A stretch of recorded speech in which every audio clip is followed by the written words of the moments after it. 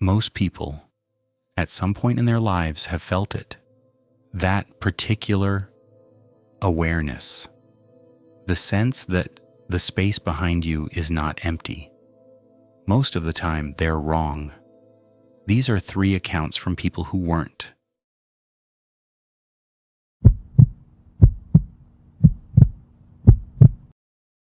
He was on her train. Then he was on her street. Then he was in her building. And he was standing very still in the stairwell when she reached her floor. Adrian Cole was 27 years old, a paralegal living alone in a 5th-floor apartment in Philadelphia. She had lived in the city for 4 years and had developed the particular confidence of someone who knows their neighborhood, the shortcuts, the blocks to avoid after midnight, the way to hold yourself on public transit so that you project the correct amount of unapproachability. She was good at reading situations. That was what made what happened so difficult to dismiss. It was a Wednesday in November. She had stayed late at the office and left at 9:15. The commute home was 40 minutes, a 10-minute walk to the station, 20 minutes on the subway, 10 minutes from her stop to her building. She had done it hundreds of times. She noticed the man on the platform. He was standing at the far end near the wall, facing the tracks. Nothing remarkable about him. It's average height, dark coat, a bag over one shoulder. She noticed him the way you notice something at the edge of your field of vision without meaning to. She filed it away and forgot about it. The train came. She boarded the 3rd car from the front, her usual. She found a seat near the door and took out her phone. At the next stop, she glanced up from habit, the way you monitor your surroundings without consciously deciding to. The man in the dark coat was in her car. He was standing near the far door, facing away from her. She couldn't see his face. She looked back at her phone. At the stop after that, she looked up again. He hadn't moved, still facing the door, still with his back to her. She told herself, same train, this happens. The city has 8 million people and a finite number of subway lines. She got off at her stop. She walked up the stairs to street level, turned left, and moved at her usual pace. Not faster, not slower. She had learned long ago that changing your pace communicates something. She had walked half a block when she heard footsteps behind her. She did not turn around. She counted the steps to the next intersection, 22, and when she reached it, she looked left as if checking for traffic. Dark coat, bag over one shoulder, half a block behind her, walking at her pace. Adrienne did not go home. She had thought this through before. Not as a plan, but as a reflex, developed over years of living alone in a city. You don't go home. You don't let someone follow you to where you sleep. She walked past her street, continued 2 blocks to a bar she knew, well lit, usually busy on weeknights, with staff she recognized. She pushed open the door and went in. She sat at the bar, ordered a drink she didn't want, and watched the front window. 2 minutes passed. He walked past the window, slowly, looking in. The bartender, a woman in her 30s named Gail, who Adrienne had spoken to maybe 4 times in her life, looked at Adrienne's face and said, "You okay?" Adrienne said, "There's someone outside who followed me from the subway. Can I stay here for a bit?" Gail said yes, without hesitating. She moved Adrienne to a stool at the far end of the bar, away from the windows. She brought her water. She told her bouncer. Adrienne stayed for 45 minutes. When she finally walked home, with the bouncer watching from the bar doorway until she turned her corner, She moved quickly and watched every shadow. Her building lobby was empty. The elevator was empty. The hallway on her floor was not. The man in the dark coat was standing at the far end of the hallway, near the stairwell door. He was facing her. She could see his face for the first time. He was smiling, just slightly, the kind of smile that knows something. Adrienne stepped back into the elevator and pressed the lobby button. She called 911 before the doors closed. She stayed in the lobby with the front door in her sight line until the police arrived. 6 minutes. 2 officers went upstairs. They found the stairwell door at the end of her hallway still swinging. He had gone down the stairs and out through the service exit in the time it took them to arrive. They searched the building. They searched the block. They didn't find him. The building had security cameras in the lobby and the elevator. The footage showed the man entering through the front door, which required a key fob, 4 minutes after Adrienne had left for the bar. He had a key fob. The building manager said fobs were issued only to residents and authorized guests. There were 92 units in the building. A review of active fobs found no anomalies, which meant either the fob had been cloned, possible but requiring equipment and intent, or someone in the building had let him in. The police took a report. They pulled the subway platform footage. The quality was poor, the angle worse. They could confirm a figure matching the description, but could not make an identification. Adrienne moved out 2 months later. She moved to a building with a doorman and a camera on every floor. She paid $300 more per month for it. The thing she said she still thinks about is not the hallway, not the smile. It's the fob. He knew where she lived before that night, which means he had followed her before. Enough times to get inside her building. And she had never noticed him until the night he decided she should. She hasn't taken that subway line since. She found a different route. Longer, less convenient. She takes it every day without thinking about it now. Almost.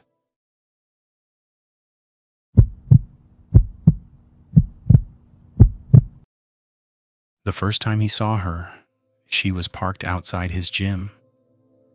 The 5th time he saw her, she was parked outside his mother's house. He had never seen her before the first time. She clearly hadn't had the same problem with him. Daniel Hurst was 32 years old, an accountant living in a suburb of Columbus, Ohio. He described himself as someone with a very regular life. Same gym 3 mornings a week, same coffee shop, same route to the office, dinner at his mother's house every other Sunday. He said routine had always felt safe to him. He revised that opinion over the course of about 6 weeks. The woman he came to think of simply as her was first visible to him on a Tuesday morning in late February. He was leaving the gym at 6:45, walking to his car in the parking lot, and noticed a silver sedan parked 2 spaces away with a woman in the driver's seat. Engine off. She appeared to be looking at her phone. Nothing about it registered as significant. He drove to the coffee shop. He went to work. He forgot about it entirely. He saw the silver sedan again on Thursday. Same parking lot, different space. Woman in the driver's seat. Engine off. He caught a glimpse of her face this time. Mid-30s, dark hair pulled back. She was looking straight ahead, not at her phone. He noticed because it was the same car. He didn't think much beyond that. On Saturday, he saw it parked on his street. His was a quiet residential street, not a through road, not near anything that would bring a stranger there. He slowed as he drove past. The woman was in the driver's seat. He parked in his driveway and sat in his car for a moment. He thought, this is probably nothing. He thought, there is a reasonable explanation. He thought about the fact that he had now seen the same woman in the same car 3 times in 5 days in 3 different locations, and that all 3 locations were places he went regularly. He thought about that for a while.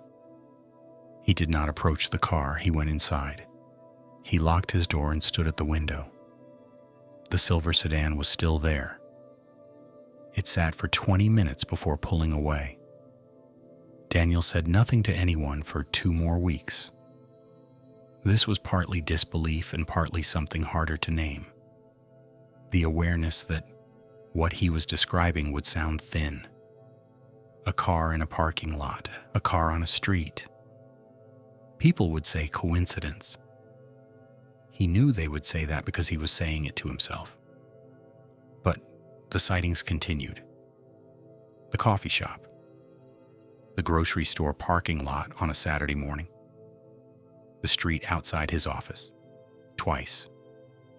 And then, on a Sunday evening in mid-March, outside his mother's house, in a neighborhood on the other side of the city. His mother's house? He had told no one he was going there that day.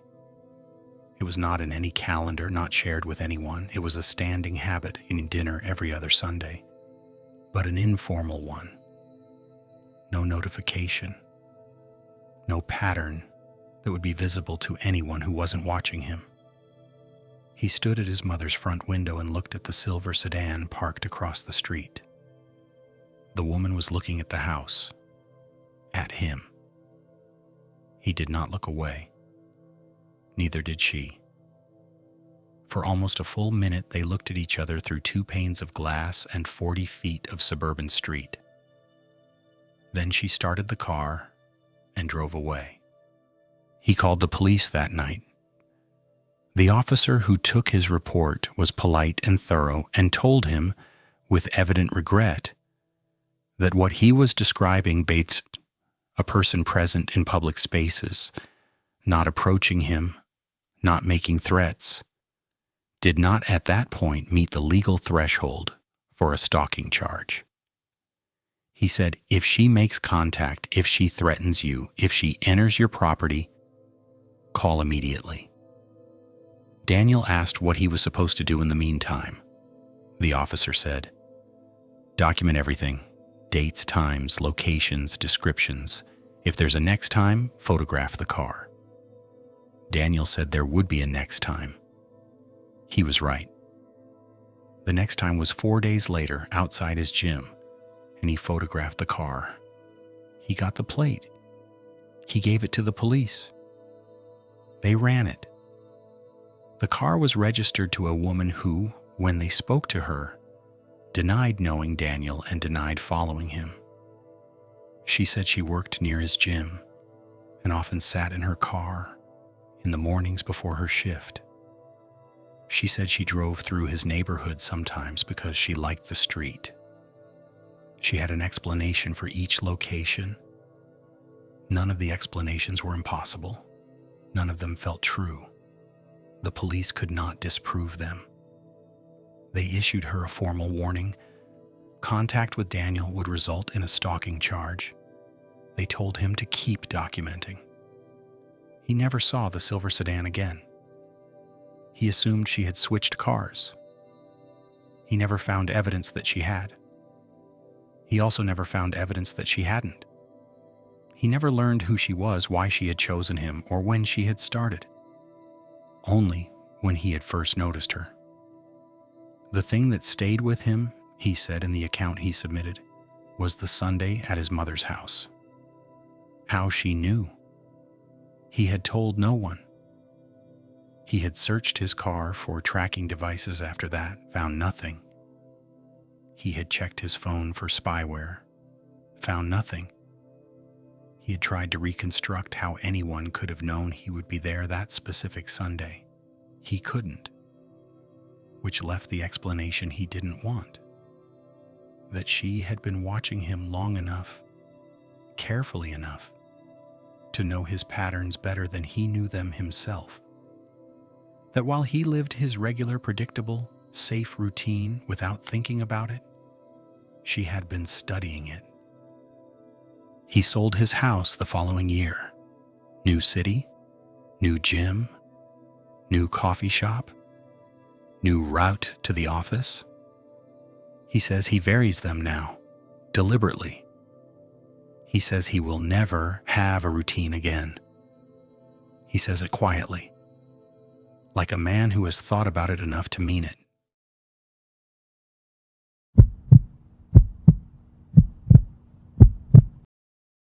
She saw him for the first time in Portland, Oregon. The second time was in Denver, Colorado. The third time was in a town in rural Mississippi. She had chosen at random from a map. Same man, same face, same stillness, watching her. Rachel Moore was 35 years old, and at the time this began, was 6 months into a solo road trip across the United States. Something she had planned for years and finally undertaken after leaving a job and a relationship within the same month. She was traveling without a fixed itinerary, staying in motels, occasionally camping, taking routes she had never driven before. She kept a journal. This account comes from that journal, which she shared online in its entirety, entries dated and unedited. She described herself as a rational person. She had studied biology at university. She said she was telling the story not because she had an explanation for it, she did not, but because she needed it to exist outside of her own head. The first entry that mentions him is from a Tuesday in April. She was in Portland, Oregon, near the waterfront. She had spent the morning at a bookshop and was eating lunch at an outdoor table when she became aware of a man standing across the street. He was tall, 50s or 60s, with pale hair and a face she described as entirely still. Not blank, not vacant, but composed in a way that felt deliberate. He was wearing a gray jacket. He was not doing anything.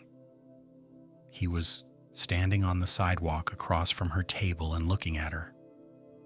She held his gaze for a moment, uncomfortable, then looked down at her food.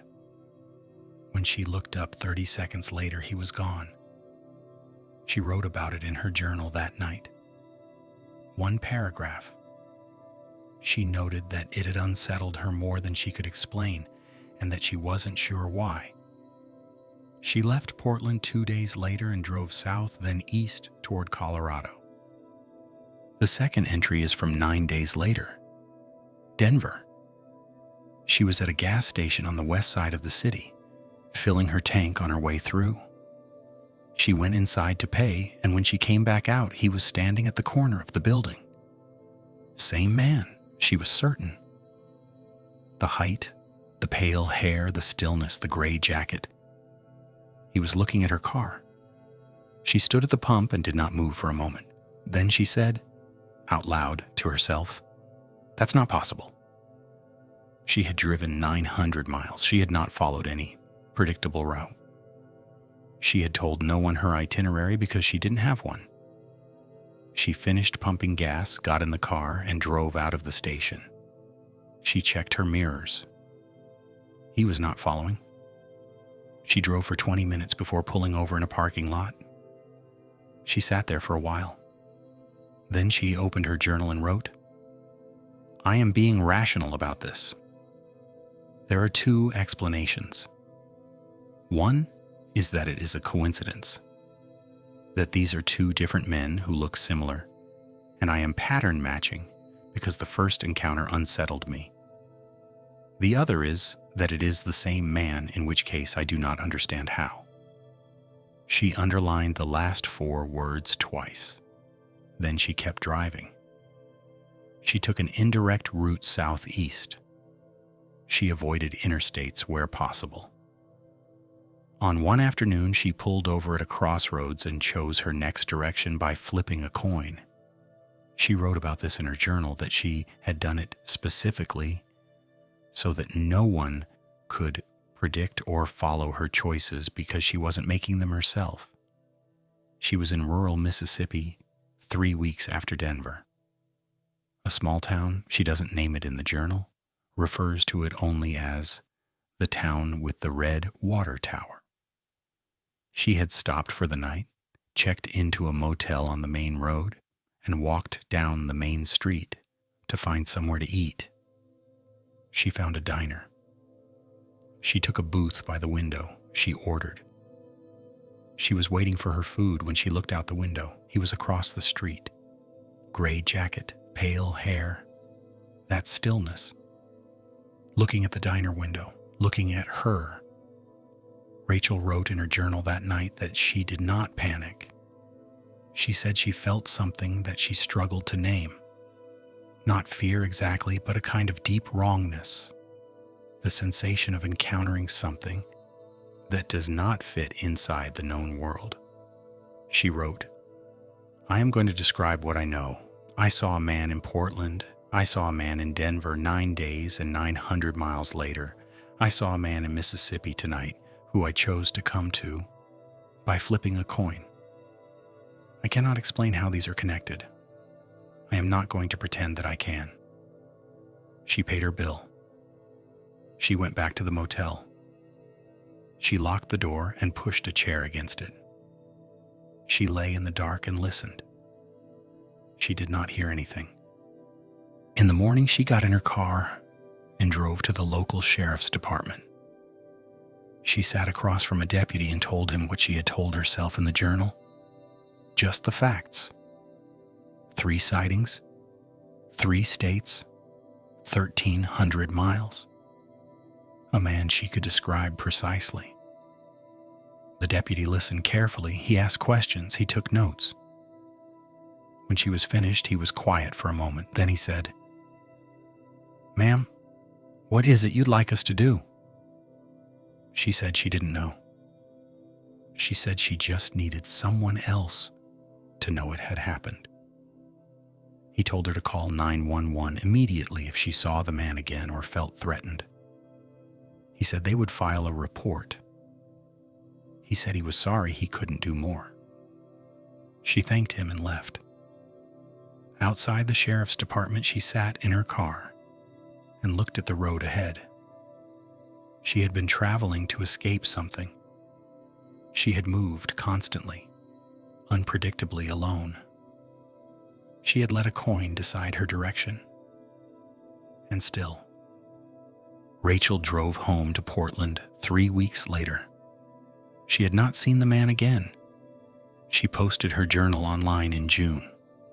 All of it, formatted and unedited, with a note at the top explaining that she was not asking anyone to believe her, only to read it.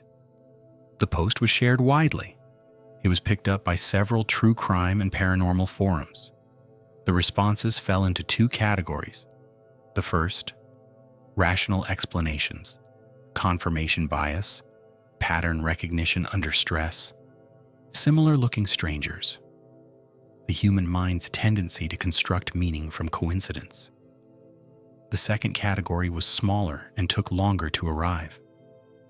People who said they recognized the description: pale hair, gray jacket. That particular stillness, that sense of being observed without any apparent purpose. One response came from a woman in Vermont who said she had seen someone matching the description twice, once in Burlington and once in a campsite in Maine, 3 weeks apart. She had not told anyone.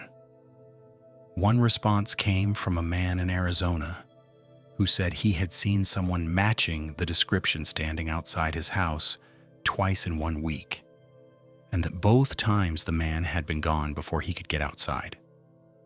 He had called the police. They found no one. One response, posted and then deleted within an hour, but screenshotted and shared, came from a username with no post history. It said only, "Please stop writing about him. Rachel has continued posting. She has not seen the man since returning home. She said in a follow-up post that she has no conclusions to offer. She said she is not sure whether what happened to her has a rational explanation that she simply cannot find, or whether it belongs to a different category of thing entirely. She said she has decided to live as if it were the first option. She said some days, that's easier than others." The journal is still online. The comments are still open. People are still leaving responses. Some of them describe the same man. The feeling that someone is behind you. Most people dismiss it. Most of the time, they're right to. But the 3 people in tonight's stories were not most people. And the feeling was not wrong. If something like this has happened to you, you know where to find us.